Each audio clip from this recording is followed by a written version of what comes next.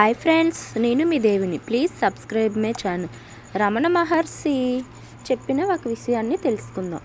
ఓం నమో భగవతే శ్రీరమణాయ నమః. ఒక విదేశీయుడు. ఒకరోజు నేను సైకిల్ మీద అరుణగిరి ప్రదక్షిణం చేస్తున్నాను. త్రోవలో ఒక బస్సు ఎదురయ్యింది. ఆ బస్సును చూడగానే నా మనసులో ఒక భావం పైకి లేచింది.